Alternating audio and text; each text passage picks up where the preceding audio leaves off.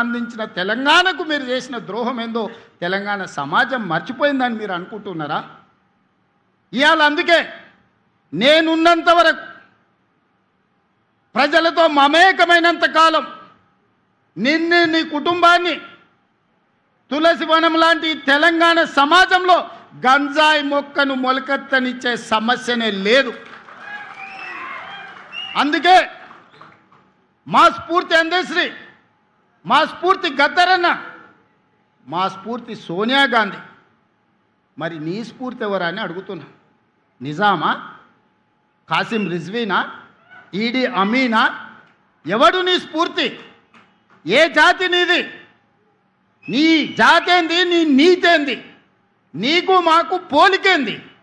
నీకు మాతో పోటేంది? మేము అదమర్చినప్పుడు, మేము కనుమూర్చినప్పుడు 4 కోట్ల తెలంగాణ సభానేజ్ని కబలించి దోపిడీకి పాల్పడుతుంది కదా. ఆ దోపిడీని మేము అంత ఈజీగా మర్చిపోతామా? అయినా ఒక్క మాట చెప్పదలుచుకున్నా.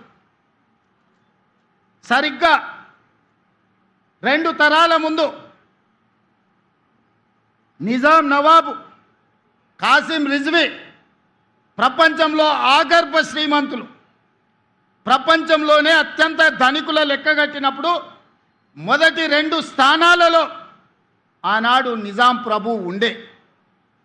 సరిగ్గా 2 తరాల తర్వాత ఒక పారిశ్రామికవేత్త బాగా రాణించి 1000 కోట్ల రూపాయలు సంపాదించినాక ఆయనకు కోరిక కలిగింది. అరే, ప్రపంచంలోనే శ్రీమంతుడైన నిజాం కుటుంబాన్ని కలుద్దాం, ఎవరున్నారు ఆ కుటుంబం అని ఎతికిండు. కలుద్దామని ప్రయత్నం చేసిండు. కకావికలం అయిపోయి చెట్టుకొకడు పుట్టకొకడు దేశానికొకడు దిక్కులేని పరిస్థితి నిజాం కుటుంబానికే పట్టింది. నీ కుటుంబం ఎంత? ఈకలోది తోకలోది. ఇవాళ నువ్వు అనుకుంటున్నామేమో చాలా ఉన్నాయని. ఏది ఉండదు బిడ్డ, బిచ్చమెత్తుకొని బతకాల్సి వస్తుంది. తెలంగాణ సమాజం గమనిస్తుంది. ప్రపంచానికి ఆగర్భ శ్రీమంతుడైన నిజాము 3వ తరం వచ్చే లోపల చూద్దామంటే కూడా దొరకని పరిస్థితి ఈ ప్రాంతంలో ఉత్పన్నమైంది. నువ్వెంత? నీ బిషాత్ ఎంత? నీ జాతి ఎంత? నీ జాతి ఈ ప్రజా పరిపాలన మీద శాపనార్థాలు పెడుతుందా? చర్చకు రమ్మంటే చేత కాదు, అసెంబ్లీకి రమ్మంటే ఇంట్లో వండుకుంటావు. ఇంట్లో వండుకొని వెనకంగా కుట్రలు కుతంత్రాలు. తెలంగాణ సమాజం ఎడ్డిదో గుడ్డిదో కాదు. తెలంగాణ సమాజం చైతన్యవంతమైంది.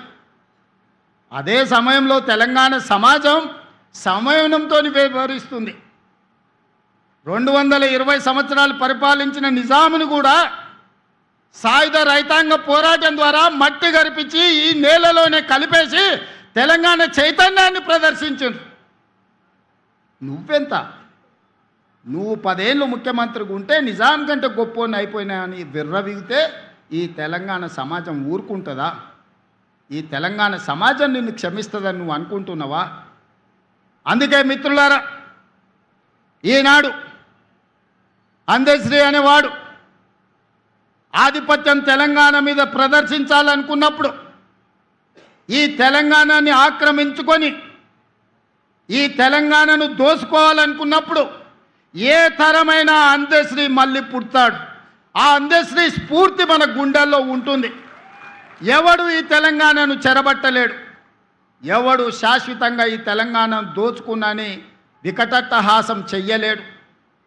అప్పుడు అందశ్రీ తప్పకుండా వస్తాడు, పాటై వస్తాడు, తెలంగాణ సమాజాన్ని చైతన్యం చేస్తాడు.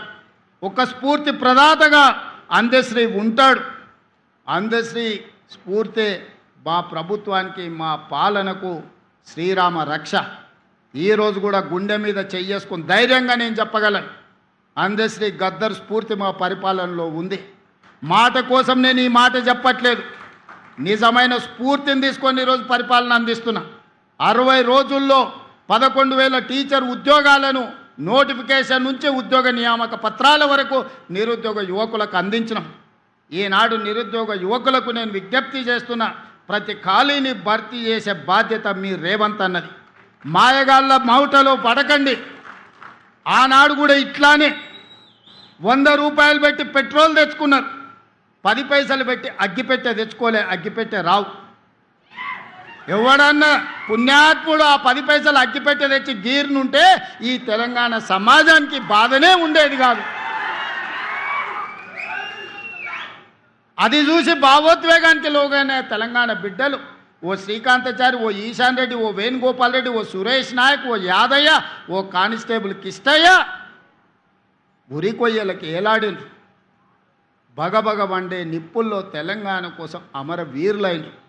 కానీ వాళ్ళ కుటుంబంలో ఒక్కడికైనా ఘోరంత గీతైన పడ్డదా ఆలోచన చేయండి సోదరులారా. ఎంత దుర్మార్గులో, ఎంత కుట్రపూరితమైన జాతో ఆ జాతి ఈ తెలంగాణ సమాజాన్ని, తెలంగాణ జాతిని చెరబట్టాలని ఆలోచన చేస్తుంది. ఆనాటి నుంచి ఈనాటి వరకు, ఆనాడు మలి ఉద్యమంలో మొదటి ఆత్మ బలిదానం చేసుకున్న శ్రీకాంతాచారి తల్లి శంకరమ్మ బతికే ఉంది. నిన్ననో మొన్ననో ఆ అమ్మ మాట్లాడింది. 10 ఏళ్ళు ఒక్కరోజైనా గుర్తొచ్చిందా? నీ చెల్లెలు కవితమ్మకు ఎమ్మెల్సీ ఇచ్చినావు, కానీ శంకరమ్మకి ఏమన్నా ఇచ్చినవా? చిన్న ఉద్యోగమైన ఇచ్చినావా? అసలు మనిషిగానన్నా గుర్తించినవా శంకరమ్మను? ఎంత దుఃఖం ఉండింటుంది ఆ తల్లి కడుపులో కొడుకుని కోల్పోయినప్పుడు. చెట్టంత కొడుకు చేతికొచ్చి తన భవిష్యత్తు బంగారంగా ఉంటుందని ఆ తల్లి కళ్ళలు అన్నప్పుడు, కాలిన నిప్పులాగా, బగబగ మండుతున్న నిప్పులాగా శవమై ఇంటికి వస్తే ఆ తల్లి దుఃఖం ఒక్కరోజైనా నీకు అర్థమైందా? ఎందుకంటే నీ జాతిలో కానీ నీ కుటుంబంలో కానీ ఎవరికి గీత కూడా పడలేదు, ఎవ్వడు సావలేదు. మంది చచ్చిపోయినరు కాబట్టి, సమిధలు అయినరు కాబట్టి, ఆ సమిధలనే నీ మెట్లుగా మార్చుకొని అధికారంలోకి వచ్చినావు. ఇవాళ అదే శంకరమ్మకు మేము ఈరోజు మహిళా కమిషన్ సభ్యురాలను చేసినాం. తెలంగాణ ఉద్యమ స్ఫూర్తి నింపిన ఆడబిడ్డ వీరనారి చాకలి ఐలమ్మ మనకు స్ఫూర్తి. వీరనారి చాకలి ఐలమ్మ మనమరాల్ని ఈరోజు మనము మహిళా కమిషన్లో సభ్యురాలుగా నియమించినాం. ప్రొఫెసర్ కోదండరామ్ గారిని ఎమ్మెల్సీగా చేసినాం. ఎన్ని ఉద్యమకారులకు ఈరోజు గౌరవించినామో ఒక్కసారి లెక్క తీయండి. మా భట్టి గారికి విజ్ఞప్తి